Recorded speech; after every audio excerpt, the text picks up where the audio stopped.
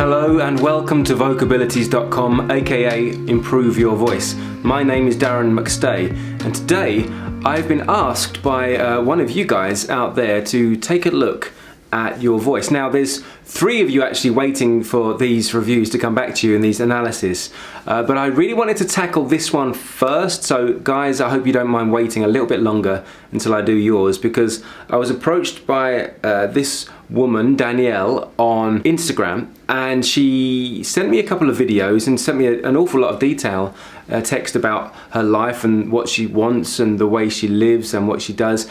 And what was interesting to me was I can see so many elements in her voice that I feel I can have an impact on and help her with. But not only that, I think it would be useful for other people who might recognize certain elements of what she does in themselves, and so therefore this message would reach a wider audience and actually help more people. So Danielle, thank you so much for allowing me to share your videos here today on this video, and so for everyone else, hopefully there's something in this that you can take away as well. Danielle sent me 3 short videos with her speaking directly to me, which have everything I need in them. But she also sent me links to a couple of online videos, so you can go and check them out for yourself if you like. She's actually got some really interesting stuff on photography there. But let's take a quick look at Danielle's introduction of herself to me. Hi Darren, thanks for the message reply, and I just wanted to send you a video response so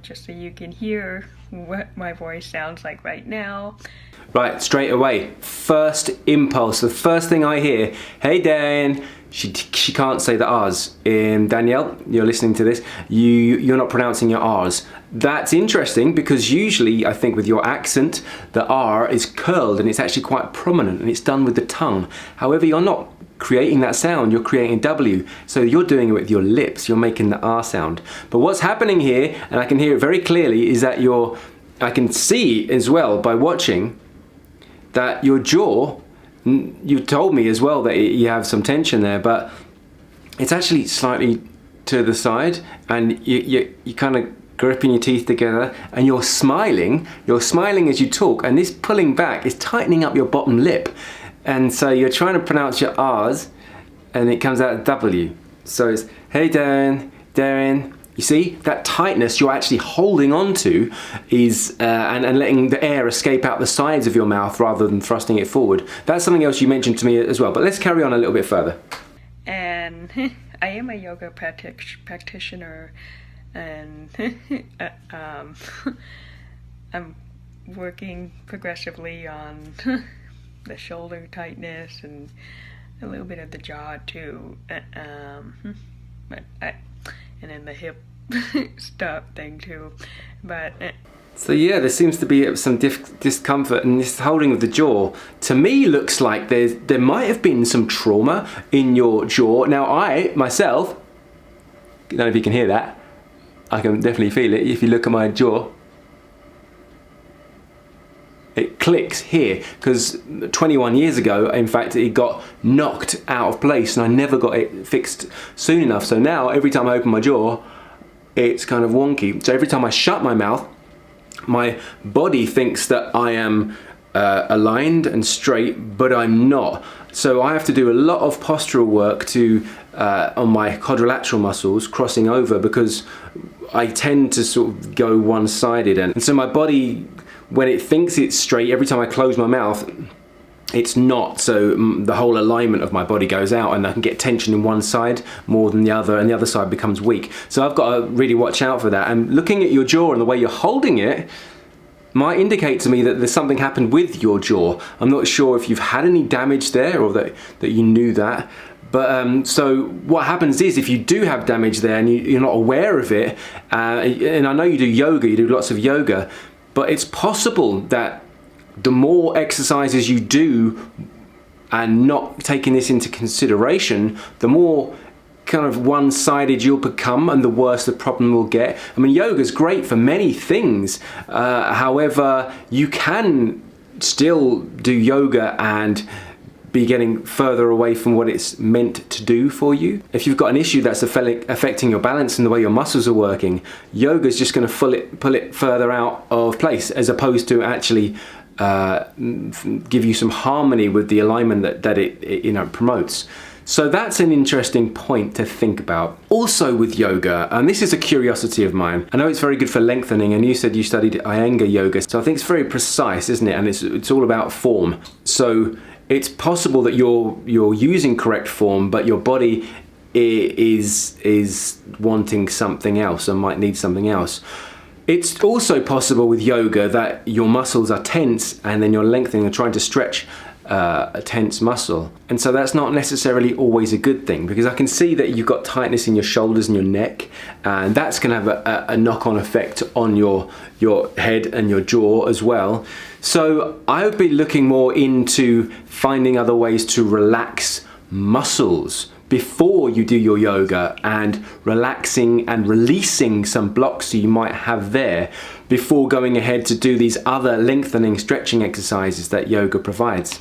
Just a thought, that's just a curiosity, and I'm interested to know what your thoughts are about what I've said there, because there might be something that's rung true and you might not have necessarily thought of before. These are just thoughts and curiosities that are worth acknowledging from what I see here with what you sent me. Guys, I am just interrupting this video right now so I can ask you to come and follow me on Instagram. I really want you to come and see me there, because I'm going to be doing some live chats and doing some live conversations with people on their voice and on different elements around improving your voice. So if you wanted to kind of chat to me, Gary V style, why don't you come along, follow me, look out for when I do a live chat, and maybe ask me some questions on your own voice and things you can do to better improve your voice and your instrument. All right, let's get back to the video. You mentioned something about the hip in your message to me. In last week's video, when I spoke to Dark Dreamer about his jaw and its tightness, I think he's got a different thing going on. You've definitely got tightness in there, but it seems to be that something's like that might be caused by this off balance. So I'm not sure if you've had something happen to one side of your back or one side of your jaw or one side of your body, which is kind of causing muscle to switch on one side and weaken on the other, and therefore this whole twist, this torsion is happening, and that's where this issue stems from. I'd be curious to see what benefit you feel directly after doing yoga and how quickly you slip back into these habits. Now, you also said that you do a lot of work editing, and now I've struggled with this myself. I sit at a desk for a lot, well, I used to, now I stand, and within a week it's got much better. And if you're spending hours and hours every day, you've got the habit of sitting down, making yourself smaller and tucking yourself in, and allowing muscles at the front of your body to tighten, whereas the ones at the back become weakened.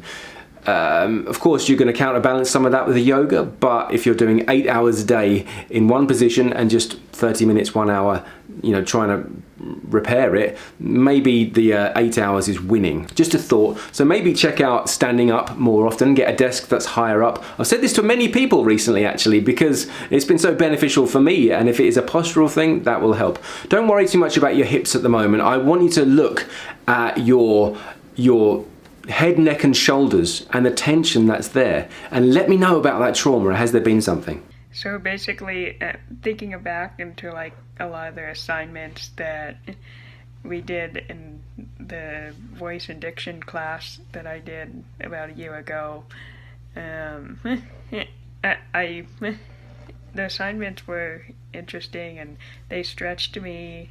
One, we had to like create a cartoon character voice, and then another one, we like reading speeches. You had some voice and diction lessons already, that's great, and you said you enjoyed them, that's brilliant, and you like to do cartoon characters, that's fantastic. So in order to do that, what you need is a bit more dynamics and just a bit more flexibility in your system, and relaxation is really going to help with that, relaxing the jaw. Now, you also mentioned yawning, and you gave an indication of how you yawn. It's About a year ago, I took a class at my community college, voice and diction, and the teacher talked a lot about yawning and just getting the jaw moving.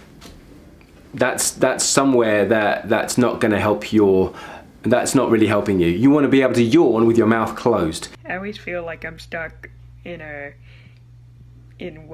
whatever this is coming out. And it's different than, obviously it's different than how I hear it because how it resonates and everything. You said you're feeling stuck. That's really interesting because it does feel like there is a block there. And I'm not 100% sure if the block has something to do with the amount that you're blinking and your slight little tick of it sounds like a nervous laugh, but I actually personally believe it might not be nerves, it could be, but it might also be somehow an emotional block which is seeping out, it's seeping through. And I wonder if this whole way that you're holding yourself is like this smile and holding and pulling back, and you said that your actually hips were quite far forward and not back. Maybe that the hips are forward because you're pulling back here, and that's bringing tension into your neck, and you're bringing your jaw in, and you're not really wanting to engage too much with your voice. You're keeping it back here, and although you consciously want to speak, it's very difficult for you to. And something wants to jump out. There's something in you that really wants to rip and go wah. So, and I wonder if this is emotional, and I wonder if there is something trapped, emotionally, physically in your body that when released will just make everything go whoa and free you up a little bit, because there is a block. Now, whether this is physical, emotional, mental, whatever it is, something is stuck.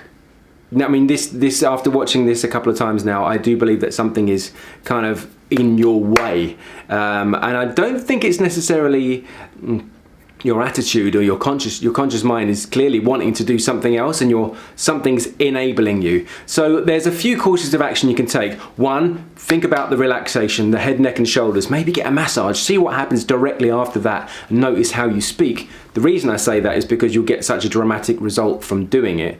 Give it a go, because like I said, you can be doing yoga to tense muscle, and it's not necessarily helpful for your voice. So you want to find ways to relax the muscle first and then discover what's going on.